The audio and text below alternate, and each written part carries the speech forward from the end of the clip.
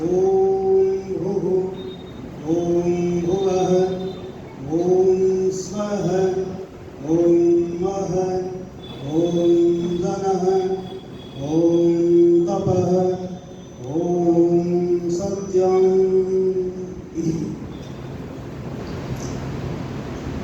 सभा भवन में विराजमान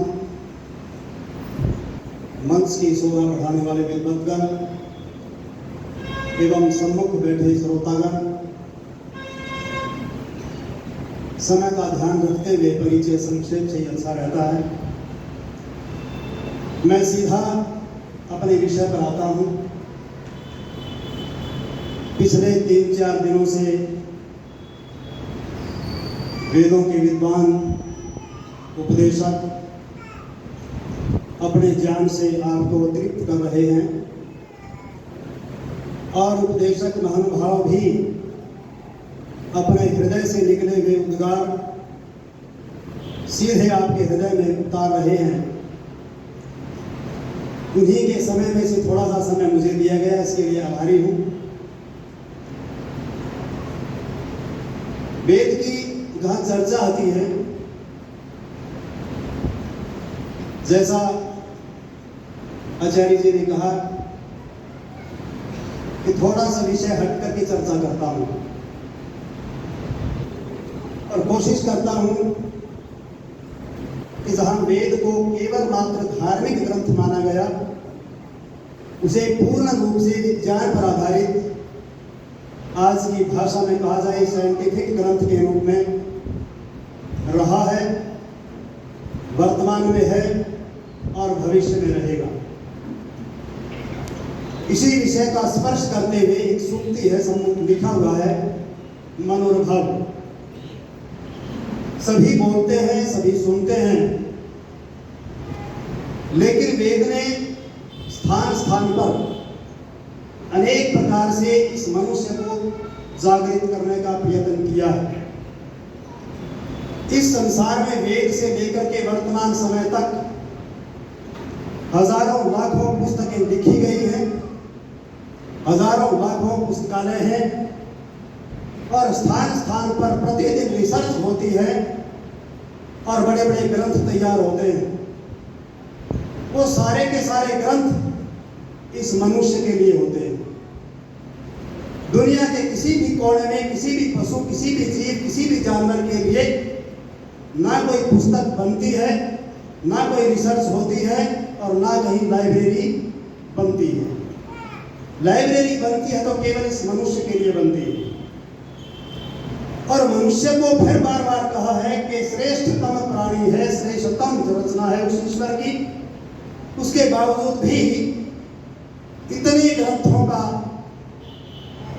रचना करके इनके हृदय में उतारा है और बार बार उपदेश देता रहा है। उदाहरण के लिए देखिए कि किसी भी कोने में कहीं पर भी हम जाते हैं, कोई ये नहीं कहता हे गाय तू गाय बन जा, हे भैंस तू भैंस बन जा, हे गधे तू गधे बन जा, हे ऊंट तू ऊंट बन जा। किसी भी जीव जानवर के लिए इन शब्दों का प्रयोग नहीं होता, लेकिन इस मनुष्य श्रेष्ठतम प्राणी के लिए वेद भी कहता है कि मनोरभव।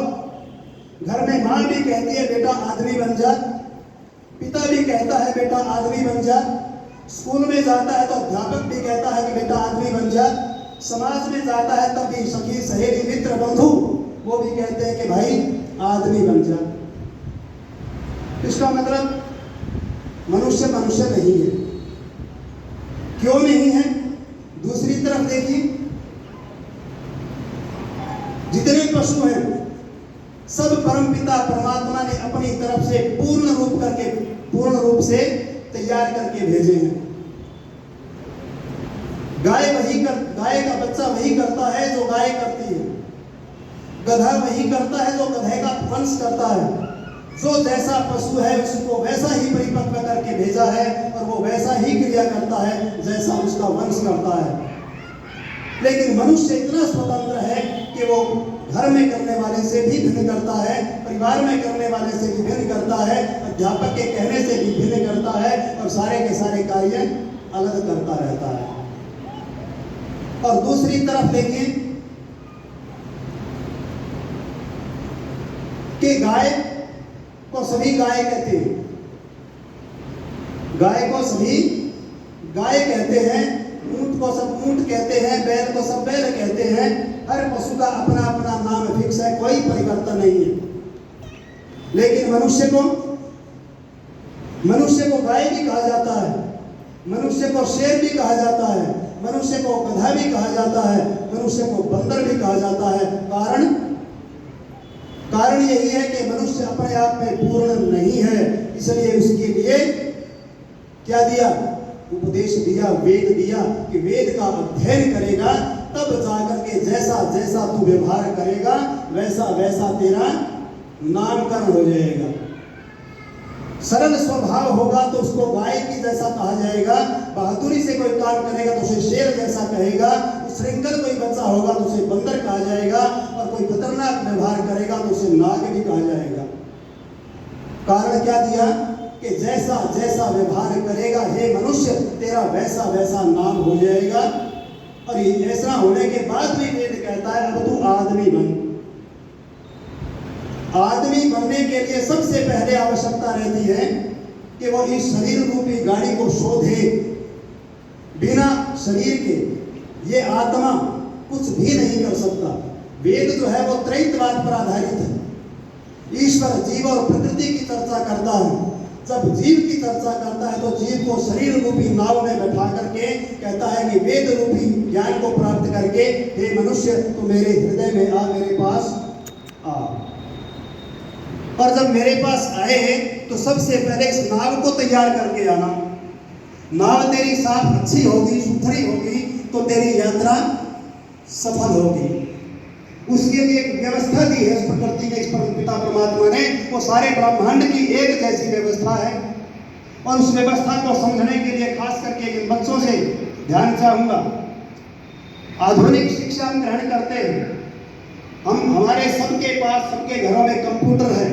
कंप्यूटर है ना? बच्चे जानते हैं ना कंप्यूटर? सभी जानते हैं कंप्यूटर। कंप्यूटर एक ऐसा यंत्र है, उसके तीन मुख्य गुण या मुख्य कार्य बताइए, कौन बताएगा? कंप्यूटर के तीन मुख्य कार्य क्या है? कंप्यूटर के तीन कार्य उसी से समझ लेना। पूरे ब्रह्मांड को, पूरे ईश्वर को, आत्मा को, जीव को, प्रकृति को अगर समझना हो इन तीनों चीजों को समझ लेना। तीनों कौन सी है? सबसे पहला है कंप्यूटर के अंदर इनपुट। मैं कहीं गलत बोलूं तो बता देना, ऑब्जेक्शन स्वीकार है। सबसे पहली क्रिया होती है इनपुट।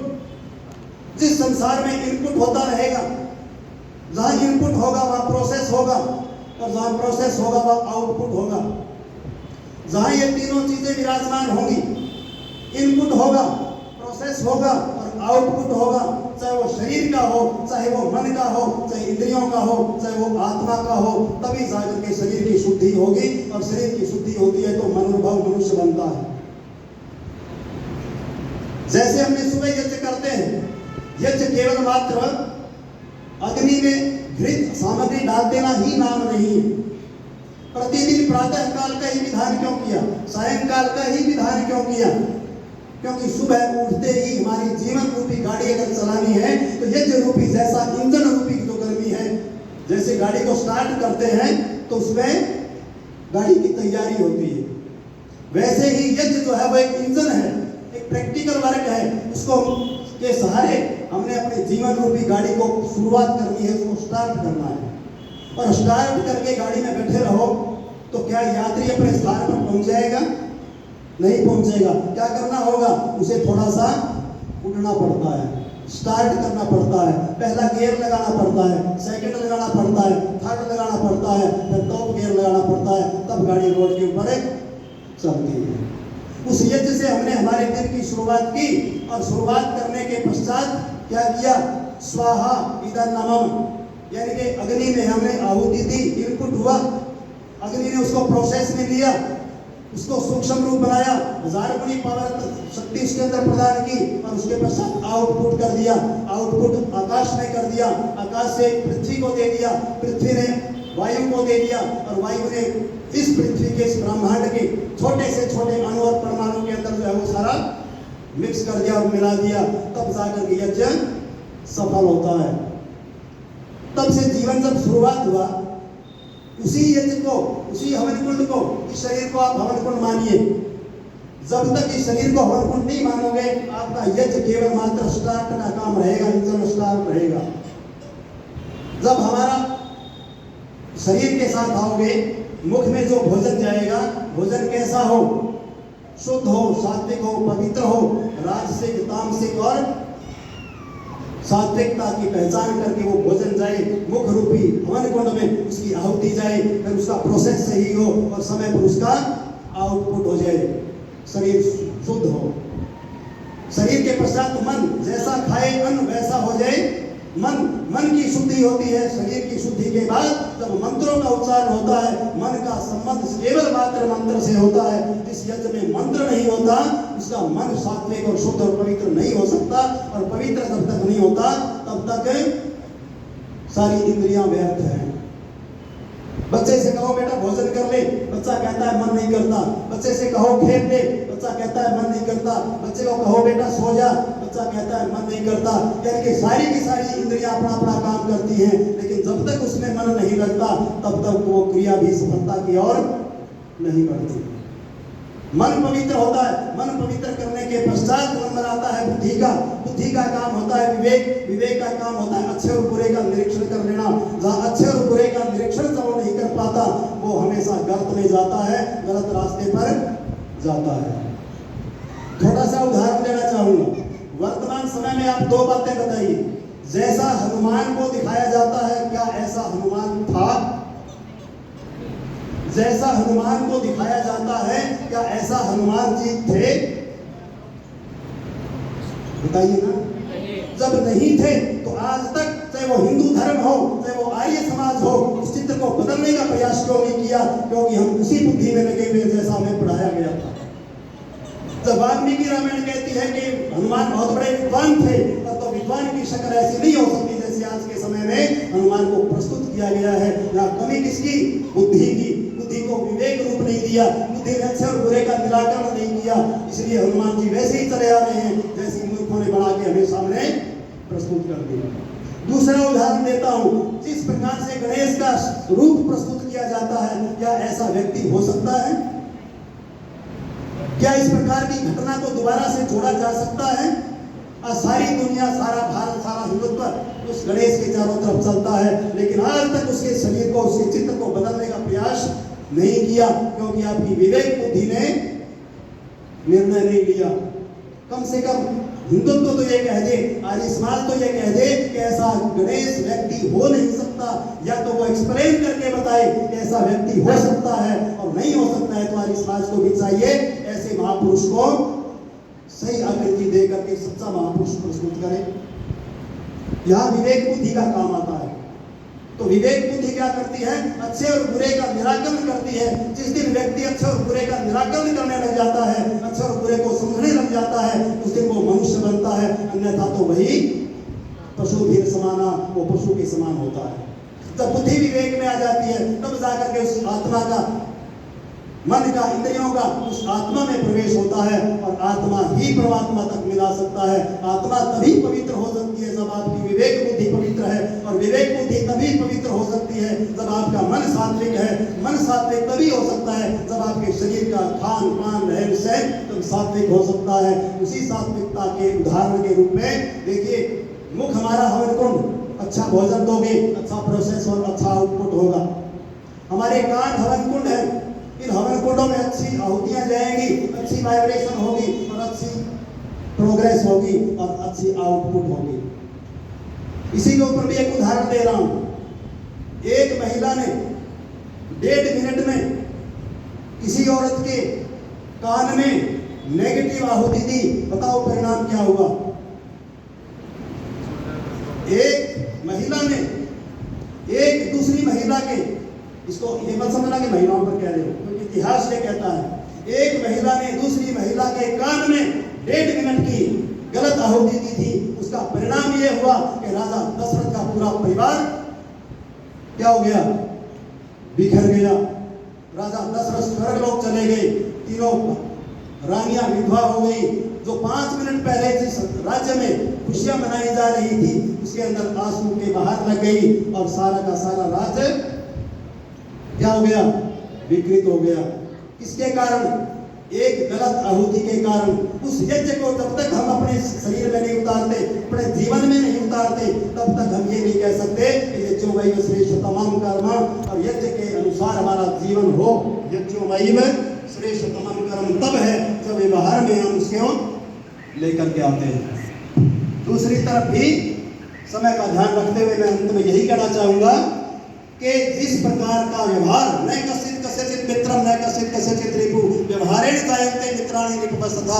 न कोई किसी का मित्र है, ना कोई किसी का शत्रु है। व्यवहार से ही मित्र और शत्रु बनते और बनाए जाते हैं। यही वेद की जैसे मुझे समय मिला आपने दस्ती को सुना, बहुत बहुत धन्यवाद। गलती के लिए क्षमा चाहूँगा। सभी को नमस्ते।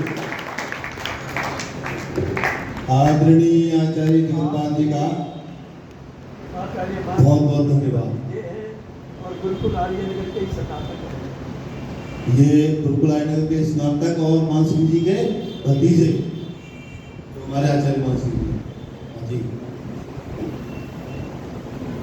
सभी विद्वानों को हमारे मदन वासुदेवादी 200 रुपये दे रहे हैं और ये 1100 रुपये स्त्री आर्य समाज के लिए है। ये रिसीप्ट तो रसीद करवा दी मदन।